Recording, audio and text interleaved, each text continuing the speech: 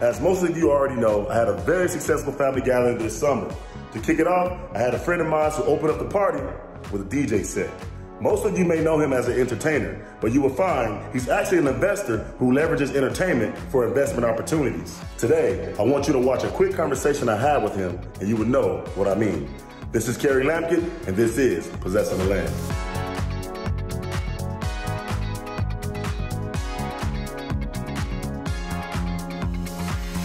First of all, I want to start off by saying I'm honored to have you here, bro. Thanks for having me, man. Appreciate that, man. Yes, man. And you like one of the, the mentors. I listen to a lot of your, stuff on the social media and things like that. I love what you're doing with the real estate. So tell me, what is some of your wealth strategy when it comes to real estate?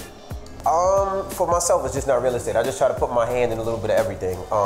So, every year we do a bunch of flips. I do about 5-6 flips a year. Right now, I currently own 200 units. My partner owns 1,600 units. And that's based out of New Jersey, New York, Detroit, Florida, and Chicago.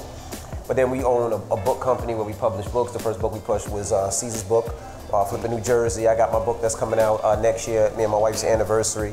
Just talk about relationships, and we've been together 26 years, married 20. Man, hold on, we got to pause right there though, bro. 26 years. 26 years since high school. So, we've been together that long, so we talk about how, the ups, the downs, the lefts, the rights, the trials, the tribulations, and how we made it through. And then we just got a whole bunch of other businesses. I got a water business, of course, the DJing, of course, the Breakfast Club, of course, the car shows, Carcella, which we bring all around the country that we own. There's no promoter, there's no white man above us. We own that 150%. And everything else that we're doing, we put our money in everything. So when the pandemic hit, some businesses slowed up, but some businesses took off. And I tell everybody all the time, do as much as you can. I'm not really into stocks and bonds because I just don't have time to study it. And for myself, I'm the same way. When it comes to whatever I put my money in, I want to know what I'm doing. So I'm not the type of person to be like, here's 100 grand, or here's 10 grand, or here's, I want to know. Same thing with real estate. I get so many artists and celebrities that call me and say, yo, I want to get into real estate, here's money. I don't want your money. If you really want to learn it, come with me. Come with me, let's step over these heroin needles, let's step over these crackheads, let's step over these ishy places, and let's see how it's done. I did it. So that's how I am with it, because I want to teach. I don't want to take your money. I don't need your money. I want you to learn how to do it. Yes, I'm taking notes. So you're very diversified and diverse in your investments. So what are your top 5 investments? Of course, it's the Breakfast Club. Okay, Breakfast Club. And the reason I say the Breakfast Club is because that's the outlet for everything. You know what I mean? It's kind of like, that's the Voltron. Everything comes together, and that allows me to talk about the car shows and the parties and my water company and everything else. Number 2, I would have to say, is the family stuff, which is the podcast, the book, and everything that comes with the family. That's the most important. And then everything that comes after that, which is the Carcella shows, which is something, Carcella is something I came up with an idea, if you think about it like this, right? You think about the International Auto Show, right? And that gets thousands of people. But does it represent our culture? Not really. Do you see dunks in there? Do you see cars from the 90s era? Do you see cars that represent us? You'll see the Batmobile, but you don't see the cars that represent us. You don't see 2 Chainz' pink car and 2 Chainz' tank. You don't see the truck that carried DMX that means a lot to our culture. You don't see that. So I wanted to create something where it's for our culture. We have fun in our culture. And it's doing well, and that's something that I want to create.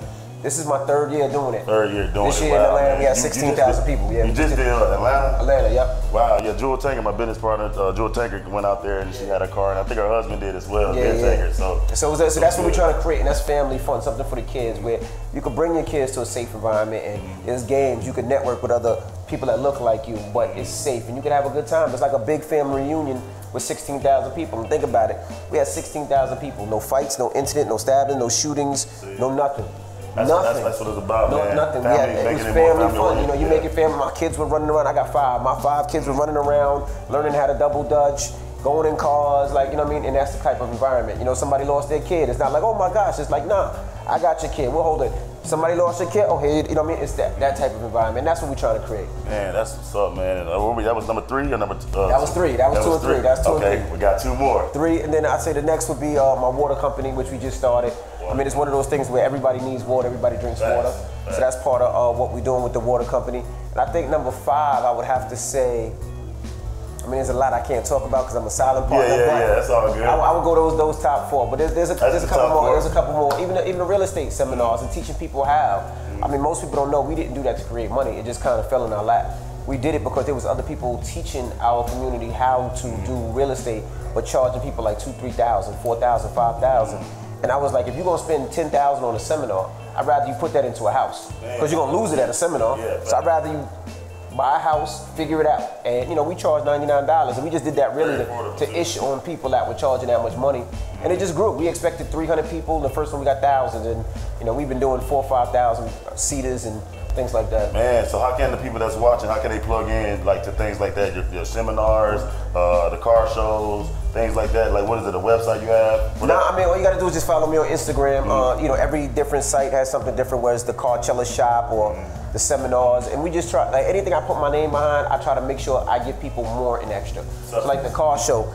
Yeah, it's car show, but you got car show, you get food trucks, you get amusement rides, face painting. When you come to my car show, other than food, you ain't gotta pay for nothing. If your kid wants to play the basketball and win 30 prizes, he could do that 30 times. If he wants to get on the Ferris wheel 50 times, he can get on the Ferris wheel. You know what I mean? That's just, it's kind of like a family thing, and you know what I mean? And everybody has a good time. I think out of I think we did about, I would say maybe 18 seminars, over 200,000, 300,000 people. We had one complaint.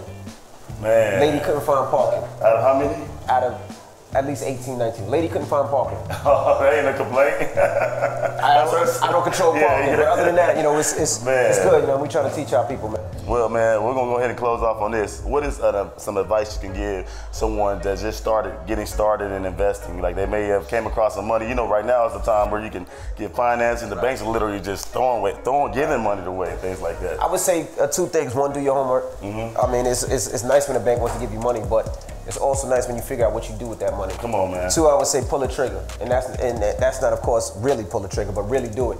If you think about it like this, there's so many people that want to do it, that the first thing is they're scared. They're scared to pull the trigger. It's like they double dutch. They don't know when to jump in. And I tell people this all the time. There's a zillion and one DJs. We all know 100,000 DJs. How many DJs you know? I don't know how many DJs, probably about a good 10 or so. 10 DJs. How many made it out to the point where I'm at right now? Oh, I can't really. No, you know why? Yeah. And I'm not the best DJs. Out of them 10 DJs, I'm sure 9 of them is better than me when it comes to the scratching and all that. But the thing is, I put the work in. When they was home chasing chicks and home doing wild stuff, smoking weed and drinking, I was putting that work in. You know what I mean? I was out there doing shows, flying back to my son's game, leaving my son's game, flying to a party, flying to this. I sacrificed when most people didn't, and I worked hard. I mean, put like this, I had a bed at the radio station because I would do a club and then go to the radio station. This is the part people don't talk about, bro. That's what I did, you know what I mean? So those are the type of sacrifices I made. Yeah, there was a lot that I missed. I missed a lot of sleep. I ain't gonna sit here in front. When somebody talked about I slept 8 to 10 hours, I'd be like, God bless you. I was getting 3-4 hours of sleep. And another thing is a strong team. Like, the people you see around me is the same people you've seen around me since 16. Whether it's June, my manager, he's been with me since 16, 17. Cope, my brother, he's been with me since 16, 17. These are the people that grew up, so they know me. They're not one of those people that's gonna yes me to death. If I do something wrong, they're gonna call and check me. Not good. But when they do call me and check me, I know it's coming from a place of love, not from a place of hate. Now, don't get it twisted. We argue and I curse them out and they curse me out, but we brothers at the end of the day. Yeah, man. Look, that was a bunch of wealth, a lot of wealth information that you're giving, man. So if you ain't taking heed, you missing out. But that's it. This is Kerry Lampkin, Possessing the Land. Let's go.